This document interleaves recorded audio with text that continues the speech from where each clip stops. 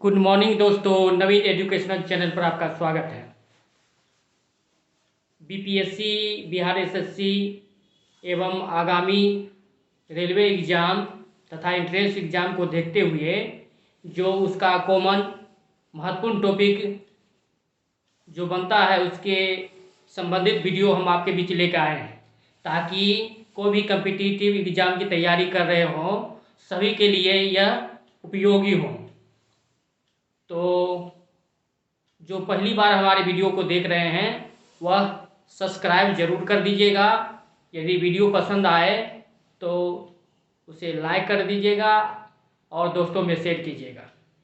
तो सभी competitive exam के लिए यह महत्वपूर्ण टॉपिक है। इससे 2 या 3 क्वेश्चन सभी एग्ज़ाम में पूछे जाते हैं और हमने इसे बहुत बेहतर ढंग से प्रस्तुत करने का प्रयास किया है, ताकि इससे अधिक से अधिक क्वेश्चन बने और आपको अधिक समय तक याद रहे।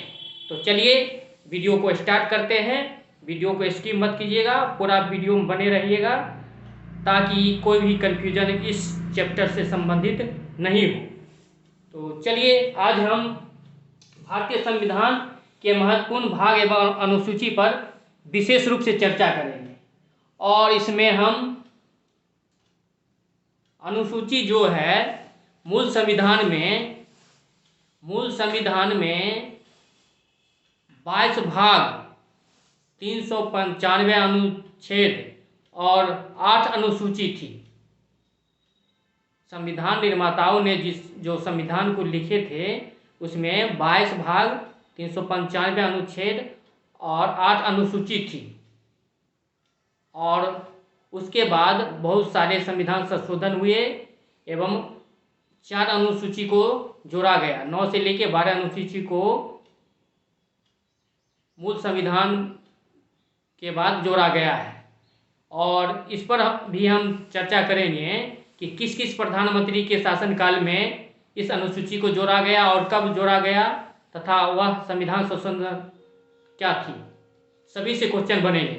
तो चलिए देखते हैं भारतीय संविधान के महत्वपूर्ण भाग एवं अनुसूची। इस टॉपिक से कौन कौन से क्वेश्चन बन सकते हैं। तो सबसे पहले हम संविधान पर चर्चा कर लेते हैं। संविधान के निर्माण में 2 वर्ष 18 महीना और 11 दिन लगे थे। संविधान निर्माण में 2 वर्ष 18 महीने और 11 दिन का टोटल समय लगे थे। तो ये भी क्वेश्चन पूछा जा सकता है कि संविधान के निर्माण में कितने समय लगे थे। तो 2 वर्ष 18 महीने और 11 दिन का समय लगा था। अब है कि संविधान का उस समय स्वरूप क्या था।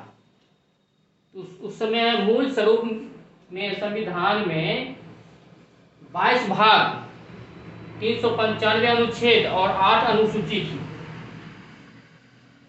अब जो वर्तमान परिवेश में जो अभी संविधान जो भी है उसमें क्या क्या संशोधन हुए और उसमें क्या परिवर्तन हुए। तो देखिए वर्तमान संविधान में 22 भाग, 395 अनुच्छेद और 12 अनुसूची है। तो मूल संविधान में 8 अनुसूची थी, अब 12 अनुसूची है। तो अनुसूची जो 4 अनुसूची का इजाफा हुआ, जो शासकों को ये लगा कि इसमें अनुसूची को जोड़ा जाए और कुछ नए प्रावधान किए जाए, तो वह प्रावधान कौन कौन से हैं और कब कब यह प्रावधान हुआ, सभी से क्वेश्चन बनते हैं। तो सभी पर आप गहन रूप से फोकस कीजिएगा। तो 9वीं अनुसूची सबसे पहले जोड़ी गई। इसमें भूमि सुधार संबंधी अधिनियम था। भूमि सुधार संबंधी अधिनियम इसमें जोड़े गए। आज़ादी के बाद जब समाज में भूमि से संबंधित विवाद उत्पन्न होने लगा, तो उस समय के प्रधानमंत्री जवाहरलाल नेहरू को यह लगा कि इस संविधान में इस तरह के प्रावधान को जोड़ा जाए और प्रथम संविधान संशोधन में इस प्रावधान को जोड़ा गया। तो भूमि संबंधी सुधार 1951 में प्रथम संविधान संशोधन में जोड़ा गया। तो ये भी क्वेश्चन बार बार पूछे गए हैं। अभी भी आप देख रहे होंगे कि कहीं भी भूमि से संबंधित विवाद ही ज़्यादा हैं, और उस समय भी आज़ादी के बाद भूमि संबंधी समस्या सबसे ज़्यादा उत्पन्न हुई, जिसका निराकरण करने का प्रयास किया गया। कुछ हद तक इसमें बहुत सुधार हुए, परंतु आज भी इस तरह की समस्या उत्पन्न होती है। तो अगला है कि 10वां अनुसूची कब जोड़ा गया। 10वां अनुसूची 1985 में 52वां संविधान संशोधन के तहत जोड़ा गया, और उस समय प्रधानमंत्री राजीव गांधी थे। तो ये भी क्वेश्चन बार बार पूछे गए हैं, सभी क्वेश्चन इंपॉर्टेंट हैं। अब है 11वीं अनुसूची। 11वीं अनुसूची में पंचायती राज का प्रावधान है। 11वीं अनुसूची में पंचायती राज का प्रावधान है, और यह 1992 में जोड़ी गई। यह 73वां संविधान संशोधन कर इसको 11वीं अनुसूची को जोड़ा गया, और उस समय भारत के प्रधानमंत्री पीवी नरसिम्हा राव थे, जिन्हें अभी हाल ही में भारत रत्न सम्मान दिया गया है। उन्हें आर्थिक उदारीकरण का प्रवर्तक माना जाता है। ऐसे तो आर्थिक उदारीकरण का सोच और मापदंड राजीव गांधी के समय ही, उनके प्रधानमंत्री काल में ही शुरू हो गई थी, लेकिन उनको आगे बढ़ाया पीवी नरसिम्हा राव ने।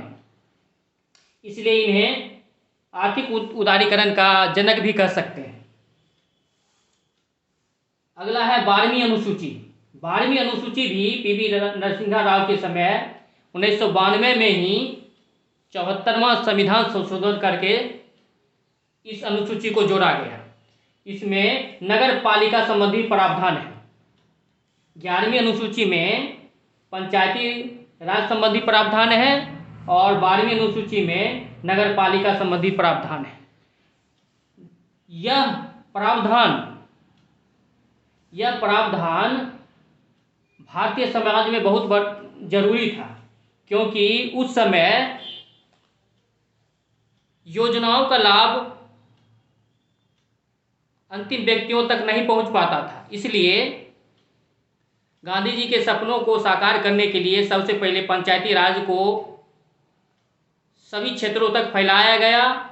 उसके बाद 12वीं अनुसूची में जो शहरी क्षेत्र जिनमें यह परिकल्पना की गई थी कि अंतिम व्यक्ति तक योजनाओं का लाभ पहुँचे, उसके लिए नगर पालिका संबंधी प्रावधान को जोड़ा गया।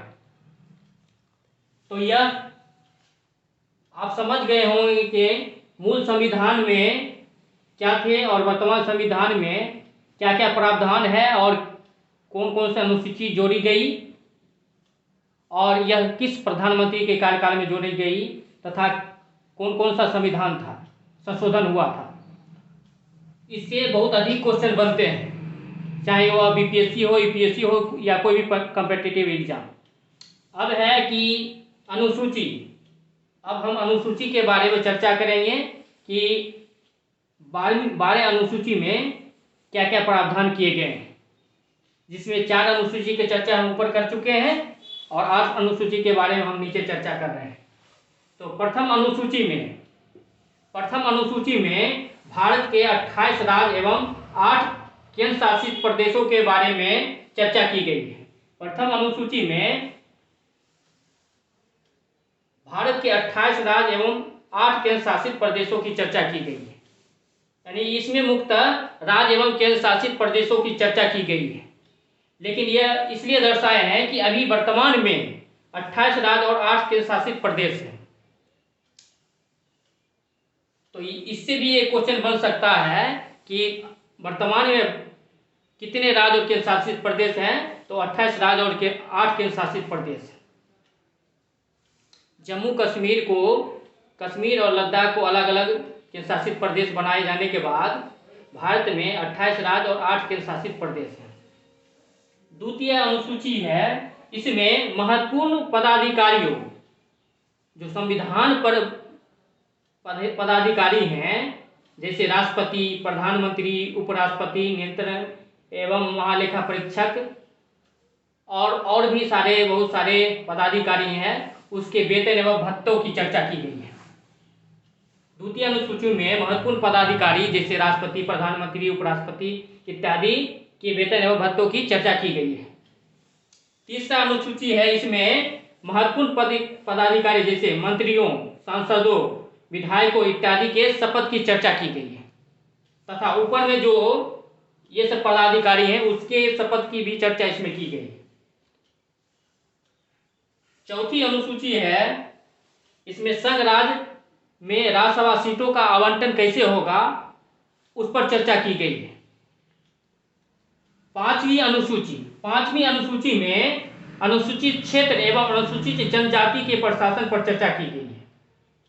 पांचवी अनुसूची में अनुसूचित क्षेत्र एवं अनुसूचित जनजाति के प्रशासन पर चर्चा की गई है कि उसका प्रशासन कैसे होगा और उसका आकार कैसे होगा, कौन कौन से अनुसूचित क्षेत्र को घोषित किया जा सकता है, इस पर चर्चा की गई है।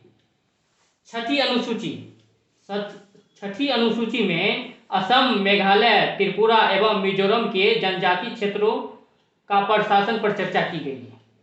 छठी अनुसूची में असम, मेघालय, त्रिपुरा एवं मिजोरम के जनजाति क्षेत्रों का प्रशासन पर चर्चा की गई है।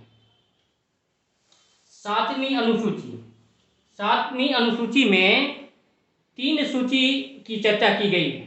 इसमें संघ सूची, राज्य सूची एवं समवर्ती सूची सभी पर चर्चा की गई है। अगला है 8वीं अनुसूची। 8वीं अनुसूची में भाषाओं का उल्लेख किया गया है। 8वीं अनुसूची में भाषाओं का उल्लेख किया गया है। वर्तमान में 8वीं अनुसूची में 22 भाषाएं हैं, लेकिन मूल संविधान में 22 भाषाएं सम्मिलित नहीं थी। इस पर हम अलग वीडियो में चर्चा करेंगे। अगर इस वीडियो में चर्चा करते हैं तो वीडियो लंबा हो जाएगा। आगे हम अगले वीडियो में 22 भाषाओं को कैसे सम्मिलित किया गया और मूल संविधान में कितनी भाषाएं थी, अभी 22 भाषाएं हैं तो कितनी भाषाओं को जोड़ा गया और यह कौन कौन से संविधान संशोधन करके इसमें जोड़ा गया, सभी पर हम अगले वीडियो में चर्चा करेंगे। एवं अगले वीडियो में 7वीं अनुसूची में जो 3 सूची है, राज्य सूची, संघ सूची एवं समवर्ती सूची, उसमें कौन कौन से विषय हैं इस सब पर चर्चा करेंगे। तो आशा है कि आपको यह वीडियो पसंद आया होगा। जो अब तक सब्सक्राइब नहीं किए हैं वह सब्सक्राइब कर दे ताकि हमें मोटिवेशन मिले ऐसी वीडियो बनाने के लिए, और एक लाइक ज़रूर कर दीजिएगा। यदि वीडियो ज़्यादा पसंद आए तो दोस्तों में शेयर करना नहीं भूलिएगा। तो चलिए हम इसी तरह वीडियो लाते रहेंगे, चाहे वह PPSC, UPSC, railway, entrance exam या कोई भी कम्पिटिटिव एग्ज़ाम हो, उस तरह की एग्ज़ाम से संबंधित वीडियो हम लेके आते रहते हैं तथा वैकेंसी से संबंधित न्यूज़ को भी आपके सामने लाते रहते हैं। तो चलिए आपसे विदा लेते हैं। जय हिंद, जय भारत।